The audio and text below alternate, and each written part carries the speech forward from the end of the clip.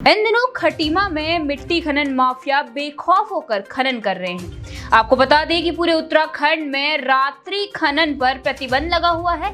उसके बाद भी खटीमा में मिट्टी खनन माफिया बेखौफ होकर खनन कारोबार को अंजाम दे रहे हैं। वहीं प्रशासन कुंभकर्ण की नींद सोया हुआ लग रहा है। आपको बता दें कि कल रात नौगांव ठग्गू में सरकारी तालाब की मिट्टी खोदने पहुंचे मिट्टी खनन माफियाओं व ग्रामीणों के बीच विवाद हो गया, जिसका ग्रामीणों ने वीडियो बनाकर सोशल मीडिया में वायरल कर दिया। जिसके बाद भी प्रशासन के द्वारा मिट्टी खनन माफिया के खिलाफ कोई कार्रवाई नहीं की गई।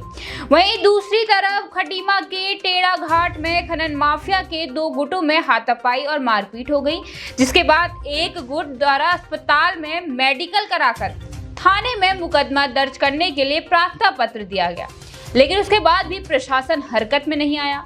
प्रत्यक्षदर्शी प्रदेश अध्यक्ष राष्ट्रीय योगी सेना हयात सिंह बिष्ट ने बताया कि उनके ही सामने खनन माफियाओं ने हमला किया। यदि कोई घटना हो जाती तो इसका जिम्मेदार आखिर कौन रहता। वहीं उन्होंने कहा कि इस समय मिट्टी खनन माफिया प्रशासन की मिलीभगत से बेखौफ होकर रात के अंधेरे में अवैध मिट्टी खनन का काम कर रहे हैं। वहीं खटीमा के विधायक भुवन कापड़े ने कहा कि तहसील प्रशासन भ्रष्टाचार का पर्याय बन चुका है। मिट्टी खनन में पूरी तहसील प्रशासन एसडीएम तहसीलदार की मिलीभगत से मिट्टी खनन का काम हो रहा है। 4 ट्रॉलियां आई थी, भाग गई हैं।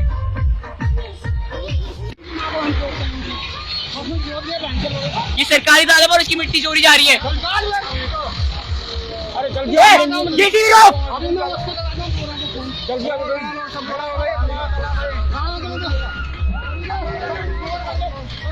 ये सारे मिट्टी लेके भाग रहे हैं।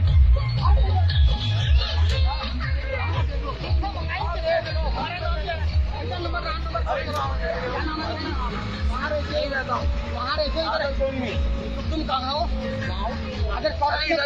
मंदिर में चलना हो, मंदिर से मिट्टी कैसे जाएगी बिना पैसे?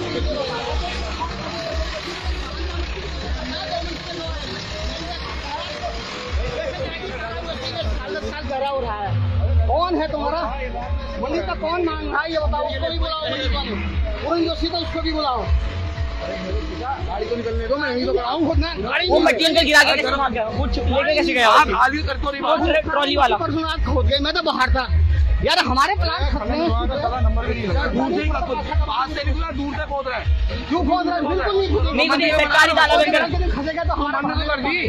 मंदिर पर बिल्कुल नहीं जाएगी। वो मिट्टी लेके कैसे भागा? ट्रॉली वाला बुला उसको। खरीदे हुआ कौन है?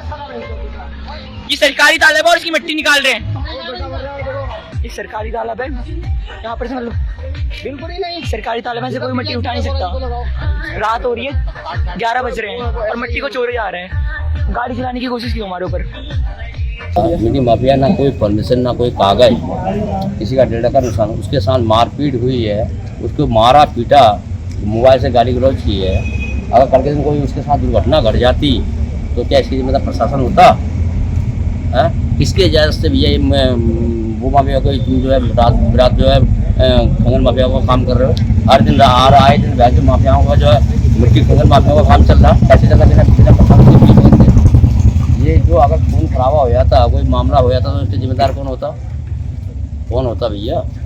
आज ये 100-150 लोग आए हुए, किस लिए आए हैं भाई? ये चौकी में आया, कोतवाली में आया, कौन है, क्यों आया? किसने दे दिया इनको परमिशन भैया मिट्टी खोदने का? आईटीएम ने दिया, कोतवाल साहब ने दिया, सीओ साहब ने दिया, एएसपी साहब ने दिया। उन्होंने तो बिल्कुल रोक लगा रखा ना कि ये काम ना हो, माफिया ना हो। तो मेरे सामने ये घटना घटी, मेरे सामने हाथापाई हुई है, दोनों गैंग आपस में भिड़ गए। ये कोई तरीका नहीं है। पुलिस वाले क्या करें? पुलिस वाले कार्रवाई करेंगे, इसमें और क्या करेंगे? जो भी गलत पाया जाएगा कार्रवाई करेंगे, उसमें और क्या। खटीमा भ्रष्टाचार का पर्याय बन चुका है।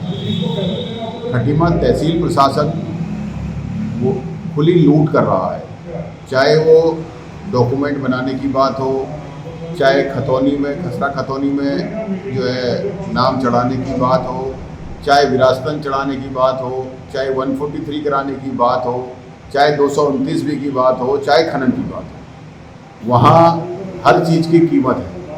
अधिकारी बेलगाम हो चुके हैं और जब अधिकारियों से बात करता है आम आदमी, वो कहते हैं जी हमने ऊपर देना है। ये ऊपर कौन है, इसका खुलासा नहीं हो पा रहा है।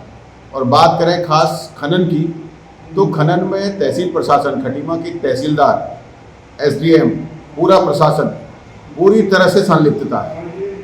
उन लोगों को, जो लोग अगर अपनी फाउंडेशन भी भर रहे हैं, उसे बराबर भी कर रहे हैं, तो उसमें उनके वाहनों को पकड़ते हैं, पकड़ कर ले जाते हैं, बाद में घूस लेते हैं और छोड़ देते हैं। खुलेआम जो है सौदेबाजी हो रही है। अभी इससे पहले मैग्नीसाइड का एक ट्रक पिथौरागढ़ से आया था, उसमें करीब 2-2.5 घंटे वो लेट हो गया था कि ट्रक खराब हो गया था, उसमें भी पकड़ के ले गए। हमने बात करी जी आप इसको गलत कर रहे हैं, तो कहते नहीं जी, बाद में लाखों रुपए घूस लेकर उसको छोड़ा गया। ऐसे अभी एक JCB का मामला आया। तो खटीमा जो प्रशासन है खुली लूट कर रहा है उस, और जो है खनन का जो मामला है, खनन में जो भूमाफिया है वो JCB और डंपर लेकर घूम रहे हैं। प्रशासन से रात के अंधेरे में प्रशासन की और पुलिस की मिली भगत से अंधाधुंध खनन कर रहे हैं। और जो हमारे जनजाति के लोग हैं, जिनको ये अधिकार है, जो अपने घर की मिट्टी से लिपाई पुताई करते हैं, अगर वो लिपाई पुताई करने के लिए जंगल से या अपने खेतों से मिट्टी भी ला रहे हैं, तो उसे पुलिस प्रशासन तेजी से पहुंचकर सीज कर दे रहा है या उससे सौदेबाजी कर रहा है, तहसील प्रशासन सौदेबाजी कर रहा है। लेकिन वहीं जब खनन माफिया जोरों से रातों रात खनन करते हैं, तो SDM को फोन करो, तो जिनसे उनकी लेन देन है वहाँ जाकर बहाने बना देते हैं, जी हम नहीं कर सकते हैं। चाहे तहसीलदारों करो, बहाने बनाते हैं। जिनसे लेन देन नहीं है जाके पकड़कर उनसे घूस लेते हैं। और पुलिस प्रशासन अगर उनको कहो तो जहाँ लेन देन है वहाँ जाते नहीं है, बहाने बनाते हैं। जहाँ लेन देन नहीं है वहाँ पकड़ते हैं, या फिर लोगों को समझाते हैं कि भाई हमारा इसमें कोई लेना देना नहीं है। तो दोनों विभाग पूरी तरह से भ्रष्टाचार कर रहे हैं और दोनों विभाग खुलेआम लूट कर रहे हैं। तो मेरा उत्तराखंड सरकार से ये मांग है कि भाई आप जो ये भ्रष्टाचार दिन रात तेजी से बढ़ रहा है उसको रोकने का काम करें। ये जो शासन प्रशासन के अधिकारी लंबे समय से यहाँ जमे हुए हैं, यहाँ से इन्हें भेजने का काम करें। इन्होंने खटीमा में किसी भी बड़ा हादसा हो जाएगा। कल ही के दिन सोशल मीडिया में लगातार चल रहा है, देख रहे हैं, लेकिन कोई कार्रवाई कहीं नहीं हो रही है। तो मेरा ये मानना है कि इन भ्रष्ट अधिकारियों के खिलाफ कार्रवाई होगी। बिल्कुल लड़ाई हो रही है, बिना परमिशन के लोग जो है पूरी रात जो है कि खनन कर रहे हैं, और उसकी कोई शिकायत कर रहा है, कहीं एक्सीडेंट हो सकता है, कहीं रात को लोग परेशान हो रहे हैं, अंधाधुंध खोद रहे हैं, तो उसके लिए वो शिकायत करते हैं, तो प्रशासन हाथ खड़े कर लेता है, तो उसमें क्या होगा, झगड़ा ही होगा, जो लोग परेशान हो रहे हैं। तो इसलिए मेरा ये मानना है कि सबसे पहले प्रशासन के खिलाफ कार्रवाई करनी चाहिए सरकार।